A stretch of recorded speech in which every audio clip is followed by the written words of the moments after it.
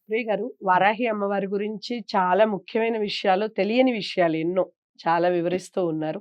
So, అందులో భాగంగా వారాహి అమ్మవారిని హ్మ్. పూజా విధానంలో హ్మ్. రాత్రి వేళల్లోనే పూజిస్తారు అని. హ్మ్. ఎందుకు పూజించాలి అంటారు? హ్మ్. ఇంకొకటి ఏమిటి అంటే అసలు అమ్మవారిని పూజించడం వల్ల సక్సెస్ వస్తుంది అని మనకి లైవ్‌లో మనకి తెలిసిందే. మనం కూడా ఒక వీడియో చేసున్నాం. అవును. సో, అసలు ఏం సిద్ధిస్తుంది? మనకి అమ్మవారిని పూజించడం వల్ల మనకి ప్రధానంగా వచ్చేది ఏమిటి? తప్పకుండా. దానికి సంబంధించి చెప్పండి. మనం పూజ చేసేటప్పుడు విష్ణుమూర్తిని పొద్దున పూట చేస్తాము. అవును. శివుడిని సాయంత్రం పూట ప్రదోష కాలంలో చేస్తాము. హ్మ్. ఈ అమ్మవార్లు మామూలు అమ్మవార్లు అంటే దుర్గాదేవి, సరస్వతీదేవి, లక్ష్మీదేవి అవి కూడా పొద్దున పూటే చేసుకుంటాము. అవును. ఈ సప్తమాతృకల్ని మాత్రము ప్రత్యంగిరామాత అనుకోండి, లేదా వారాహి అనుకోండి, ఇంకా మిగతా ఈ సప్తమాతృకల్ని మనం రాత్రి పూటే చేస్తాము. ఓకే. అయితే ఈవిడలో అంటే 3 తత్వాలుంటాయి. ఆ తత్వాలేంటో మీకు నేను వివరంగా చెప్తాను. చెప్పండి. హ్మ్. ఈ వరాహుని స్త్రీ తత్వం ఉంది. ఈ వరాహమాతకి. అంటే పూర్వం హిరణ్యాక్షుడనే రాక్షసుడిని సంహరించి, మనకి భూలోకాన్ని ఉద్ధరించిన విష్ణుమూర్తి అవతారమే మనం వరాహమూర్తి అనుకున్నాము. హ్మ్. హ్మ్. ఆ వరాహమూర్తిగా ఉన్నదే స్త్రీ తత్వమే ఈ వారాహి మాత అన్నమాట. అయితే దేవి భాగవతము, మార్కండేయ పురాణము, వరాహ పురాణంలో ఈ తల్లి యొక్క ప్రస్తావన మనకి కనబడుతూ ఉంటుంది. ఓకే. అయితే ఆ పురాణాల్లో అంధకాసురుడు అనే రాక్షసుడిని రక్తబీజుడు, శుంభ నిశుంభులు ఇట్లాంటి రాక్షసుల్ని సంహరించడంలో ఈ వారాహి మాత పాత్ర ఎక్కువుంటుంది. ఓహ్! అంటే పురుషతత్వంలో విష్ణుమూర్తి సంహరించలేనిది స్త్రీ తత్వంలో ఈమె వాళ్ళని సంహరించిందనమాట. ఓకే. తర్వాత వారాహి అమ్మవారి రూపం అంటే మనం మాత రూపంలో. హ్మ్. వారాహి రూపం ఇంచుమించు ఎలా ఉంటుందంటే సిమిలర్‌గా వరాహ స్వామి రూపంలోనే ఉంటుంది. హ్మ్. హ్మ్. కాకపోతే అక్కడ పురుష రూపం కనబడుతుంది. ఇక్కడ మనకి అమ్మవారి చీర, జాకెట్టు, హ్మ్. హ్మ్. నగలు వేసుకున్నట్టు కనబడుతుందనమాట. అయితే ఈవిడ శరీర ఛాయ ఎలా ఉంటుందంటే నల్లని మేఘంలా ఉంటుంది. ఓకే. చాలా నల్లగా ఉంటుంది. నల్లగా ఉంటూ కూడా ఆహ్, చ అంటే అనుకోకూడదు భయంకర ఆకారంలో ఉంటుంది. ఓకే. అంటే మనం చూసే దృష్టిని బట్టి ఉండొచ్చనుకోవచ్చు. కానీ, ఆవిడ రాక్షసులకి ఆ రూపంలో కనిపించింది కాబట్టి, అట్లానే ఆవిడ ఉండిపోయింది. ఓకే. కొంచెం భయంకర ఆకారంలో ఉండి, నల్లని మేఘవర్ణంలో ఉంటుందనమాట.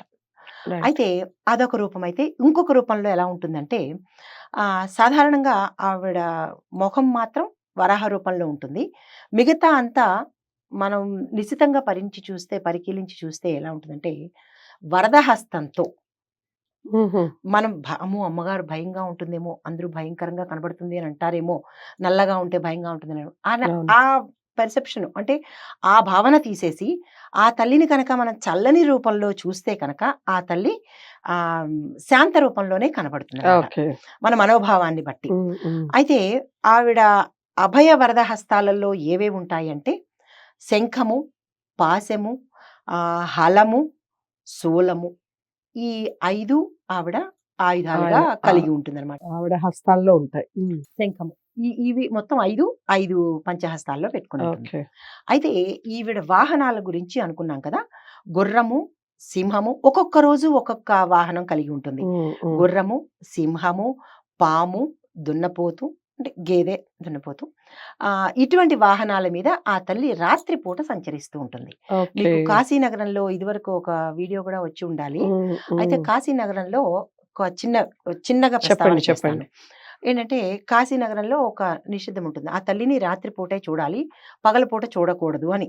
హ్మ్. అయితే ఒక ఇద్దరు దంపతులు ఏం చేశారంటే ఆహ్, మర్చిపోయి ఆ రాత్రి పూట అక్కడే గుళ్ళో ఉండిపోయారనమాట. ఓకే. అంటే గర్భగుడైతే మూసేసుంది. ఆ తల్లిని డైరెక్ట్‌గా చూడడానికి అంత శక్తి తట్టుకోవడం మనకు వల్ల కాదు. అయితే ఈ దంపతులిద్దరూ ఆవిడని ఒక చిన్న రంధ్రం గుండా చూసారంట. చూసేటప్పుడు ఆవిడ విగ్రహంలోంచి ఉత్తేజితమయ్యి బయటకొచ్చే సమయంలో ఈ దంపతులిద్దరూ ఆవిడని చూడడం జరిగింది. అక్కడికక్కడ ఇది కాలం చేశారు అని ఆ రూపం ఓకే. చూడలేక, ఆ ఉగ్రాన్ని తట్టుకోలేక కాలం చేశారు అని చెప్పి మనకి ఈ మధ్య ఒక న్యూస్‌లో గూడా తెలిసింది. అంటే ఓకే. ఆవిడ ఆ రాత్రి వేళ సంచరించే తల్లి ఆవిడ. అంత భయంకరంగా ఉంటుంది అని చెప్పారు. హ్మ్. అయితే తాంత్రికులు ఏం చేస్తారంటే, వామాచారం చేసే తాంత్రికులకు ఈవిడ ప్రసన్నం చేసుకోవటానికి వా వామాచారంతో, తంత్ర విద్యలతో ఆ తల్లిని ఆరాధిస్తారు. ఓకే. ఇప్పుడు శాంతంగా మనం అమ్మవారిని పిలిచి, మనం మంచి మంచి మంత్రాలతో, శాంతమైన మంత్రాలతో చేస్తే, అది మనకి ప్రసన్నంగా కనబడతారు. ఓకే. బీజాక్షరాలతో ఇదిగా వామాచారంతో చేసేటప్పటికి ఆ తల్లి రూపం కూడా కొంచెం ఇదిగా భయంకరంగా మారుతుందనమాట. అయితే రాత్రి వేళల్లో పూజించి, రాత్రి వేళల్లోనే ప్రతిష్ఠ కూడా రాత్రి వేళల్లోనే చేస్తారు. అయితే హ్మ్, రాత్రి వేళ అంటే మీకొక డౌట్ రావచ్చు. రాత్రి వేళ అంటే అర్ధరాత్రి టైం అప్పుడా? లేకపోతే ఎంత వరకు అనేది రాత్రి అంటే మనకి మామూలుగా 7:00 నుంచి రాత్రనే అంటాం అంటాం మామూలుగా. మామూలుగా. ఆ! కానీ ఈ దేవతలు కానీ, ఆ! లేదా రాక్షసులు కానీ సంచరించే టైం మిడ్‌నైట్ అంటాం. అసుర కాలము అసుర అంటారు. కాలం అంటూ ఉంటాం. సో, ఏ కాలం మీరన్నట్టుగా ఏ టైంలో ఎక్కువగా సంచరిస్తూ ఉంటుంది? మనం ఈ వారాహి తల్లిని పూజ చేయాలంటే, ఇప్పుడు మన ఇంట్లో కూడా చేసుకోవాలి అంటే కనుక 12-4 మధ్యలో, ఓకే. మరి అర్ధరాత్రి మిడ్‌నైట్ అది. అర్ధరాత్రి 12 ఆహ్, 4 మధ్యలో, హ్మ్. ఆ టైంలో కనుక ఈ తల్లిని పూజించుకుంటే విశేషమైన ఫలితాన్ని ఇస్తుంది. ఓకే. ఆ టైంలో ప్రసన్నం అవుతుంది ఆ తల్లి. హ్మ్. హ్మ్. ఈ తల్లిని పూజించడం వల్ల మనకేంటంటే ఏం సిద్ధిస్తుంది? హ్మ్. విశేషమైన జ్ఞానం వస్తుంది. ఓకే. మనకి భవిష్యత్తు ఏం జరగబోతుంది అనేది చూచాయిగా మనకి తెలుస్తుంది. ఓకే. కొంతమంది అంటుంటారు నా సిక్స్త్ సెన్స్ పనిచేస్తుంది. ఇలా అవునవును. చెయ్యొద్దు, అలా చెయ్యొద్దు అని హ్మ్. అనుకుంటాం కదా! అంటే ఏంటంటే, ఈ తల్లిని పూజించడం వల్ల మనకి ఫ్యూచర్‌లో జరగబోయేవి సూచనప్రాయంగా తెలుస్తాయి. తరువాత ఈ తల్లి కలలో కనపడి, ఆ మంత్రం గూడా నేను మీకు చెప్తాను. ఆ మంత్రం గనక చదువుకుంటే, ఈ సమయంలో 12-4 కనుక చదువుకున్నట్టయితే 108 సార్లు, ఈ ఓకే. 9 రోజులు చదువుకున్నట్టయితే హ్మ్. హ్మ్. మనకి కలలో భవిష్యత్తు చెప్తుందనమాట. ఓకే. ఆవిడ స్వప్న వారాహి అంటారు ఆవిడని. ఓహ్! తర్వాత ఇదైతే చాలా ముఖ్యమైన విషయం. అవును. అందరూ పఠించాల్సిన పఠించాల్సిందే. విషయం కదా! ఆ! తర్వాతేంటంటే రకరకాల ఆలయాలున్నాయి కదా! దేశం మొత్తంగా అవును. ఆవిడకి. అవును. ఒరిస్సాలో చౌరాసి అంటే వారణాసిలో చౌరాసి అమ్మవారు అంటారావిడని. హ్మ్. మైలాపూర్‌లో ఉన్న అమ్మవారు ఈ 2 చోట్ల చాలా విశిష్టమైన ఆహ్, పవర్ కలిగినది. శక్తి ఓకే. కలిగిన హ్మ్. అమ్మవార్లనమాట. అయితే ఈవిడ్ని పూజించడం వల్ల, ఎందుకంటే ఈవిడ లలితాదేవికి సైన్యాధిపతి. సప్తమాతృకల్లో లలితాదేవికి సైన్యాధిపతి అన్నమాట. ఓకే. ఈవిడ్ని పూజిస్తే మనకి శత్రుభయం ఉండదు. ధైర్యం వస్తుంది. కుండలిని శక్తి జాగృతమవుతుంది. ఓకే. హ్మ్. కుండలిని శక్తి ఎవరికైనా జాగృతం కావాలి అంటే కనుక ఈ తల్లి వారాహి అమ్మవారిని పూజించుకోవాలి. తప్పదు. హ్మ్. ఆవిడకే ఆ శక్తి ఉంటుంది. ఉంటుంది. హ్మ్.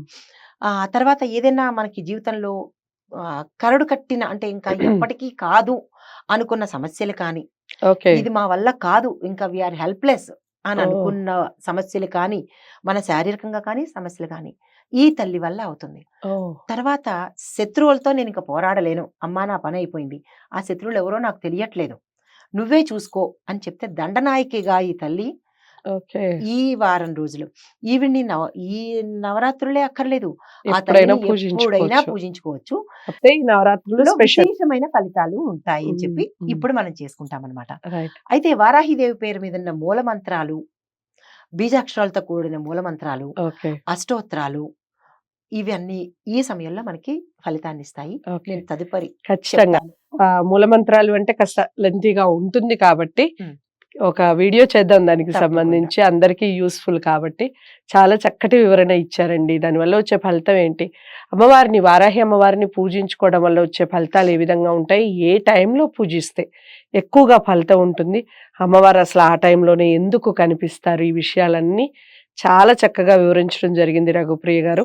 మీకు ఇంకా ఏమైనా డౌట్స్ ఉంటే స్క్రీన్ మీద కనపడే నెంబర్‌కి కాల్ చేయొచ్చు, లేదా కామెంట్ బాక్స్‌లో తెలియచేయొచ్చు.